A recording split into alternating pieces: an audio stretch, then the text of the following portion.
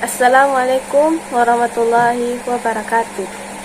Perkenalkan, nama saya Desi Rajisma, mahasiswa semester 5 dari program studi Sejarah Peradaban Islam, Fakultas Adab dan Humaniora, Universitas Islam Negeri Imam Bonjol Padang.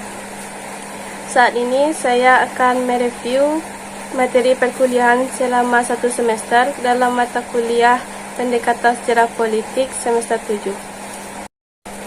Pendekatan sejarah politik adalah sebuah mata kuliah atau sebuah pelajaran yang menitik beratkan perilaku atau perubahan-perubahan perilaku manusia yang dilihat dari konsep politik. Politik diidentik dengan kekuasaan.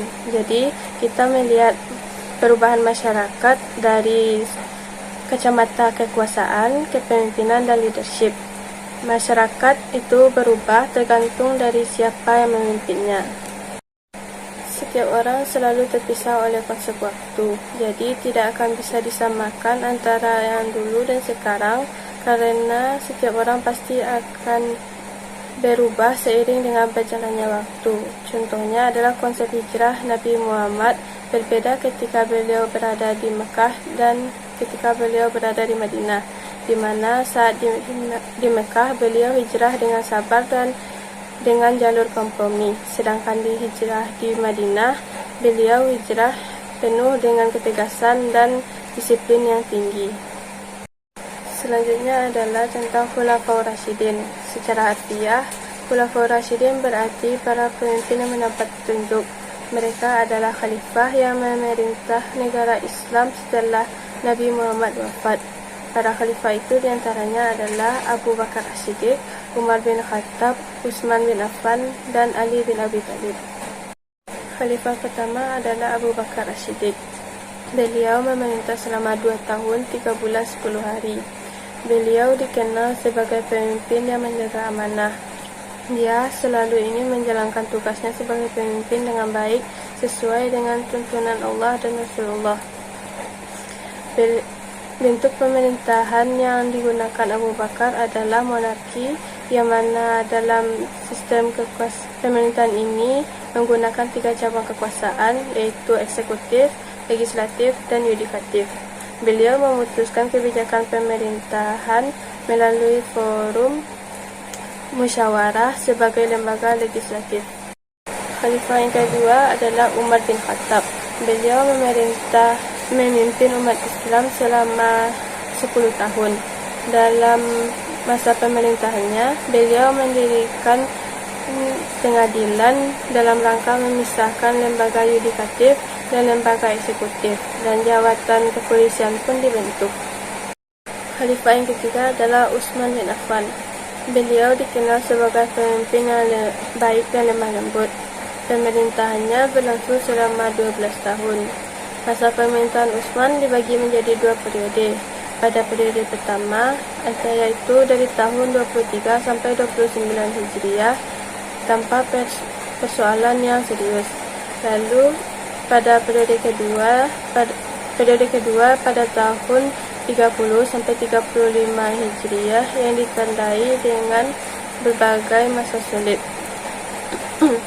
Pada masa pemerintahannya, beliau menerapkan praktik demokrasi untuk menjaga kedaulatan negara dan memberikan kebebasan dalam demokrasi bagi siapapun yang memiliki pendapat dalam pelaksanaan negosiasi. Khalifah yang keempat adalah Ali bin Abi Thalib. Beliau memerintah selama 5 tahun. Pada masa pemerintahan Ali, penuh diwarisi dengan berbagai pergolakan dan penuh cobaan. Ali adalah seorang yang cerdas, sehingga dia dijuluki sebagai babul ilmi, yang berarti pintu ilmu.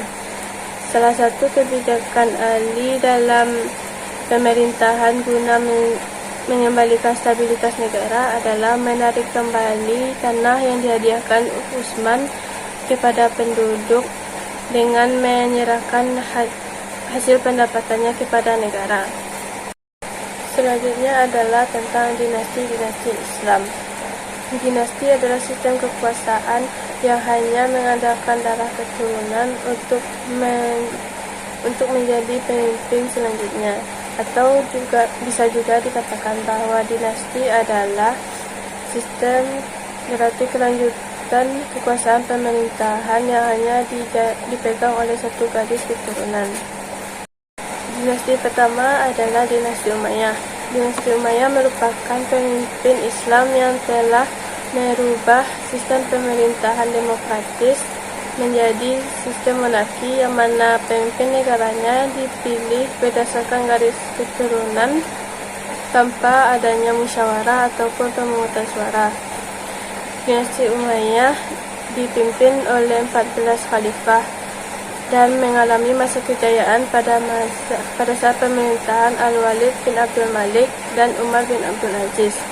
Lalu runtuhnya dinasti Umayyah terjadi pada masa pemerintahan Marwan II yang telah dikalahkan oleh pasukan Abbasiyah dalam pertempuran Zab. Yang kedua adalah dinasti Abbasiyah. Dinasti Abbasiyah adalah dinasti yang muncul menggeser kedudukan dinasti Umayyah. Bani Abbasiyah merupakan sekelompok orang yang memiliki keturunan dengan Nabi melalui jalur paman Nabi yang bernama Al-Abbas bin Abdul Muttalib ibnu Hashim. Pada zaman dinasti Abbasiyah, kekhalifahan berkembang sebagai sistem politik. Menurut pandangan para pemimpin Bani Abbasiyah, kedaulatan yang ada pada pemerintahan adalah berasal dari Allah, bukan dari rakyat sebagaimana diaplikasikan oleh Abu Bakar dan Umar bin Khattab pada zaman Khulafaur Rasyidin. Dalam penyelenggaraan negara, masa Abbasiyah ada jabatan wazir yang membawahi kepala departemen, dan jabatan ini tidak ada pada masa pemerintahan Umayyah. Yang ketiga adalah dinasti Fatimiyah. Dinasti Fatimiyah adalah sebuah dinasti yang berkuasa di Afrika Utara dan Timur Tengah. Dinasti ini didirikan oleh Said ibnu Husain yang ingin menandingi Bani Abbasiyah yang beraliran Sunni. Bentuk pemerintahan dinasti Fatimiyah adalah monarki tetapi tidak absolut. Itu dikarenakan sifat dari Al-Aziz sendiri yang demokrasi. Pada masa pemerintahan Fatimiyah, kepala negara dipimpin oleh seorang imam atau khalifah. Dari segi politik, Fatimiyah membentuk Dewan Wazir-Wazir yang dibentuk pada masa Aziz Billah saat bulan Ramadan. Dan yang terakhir adalah Turki Utsmani. Turki Utsmani merupakan kerajaan Islam terbesar yang berkuasa pada abad ke-13 sampai dengan abad ke-20.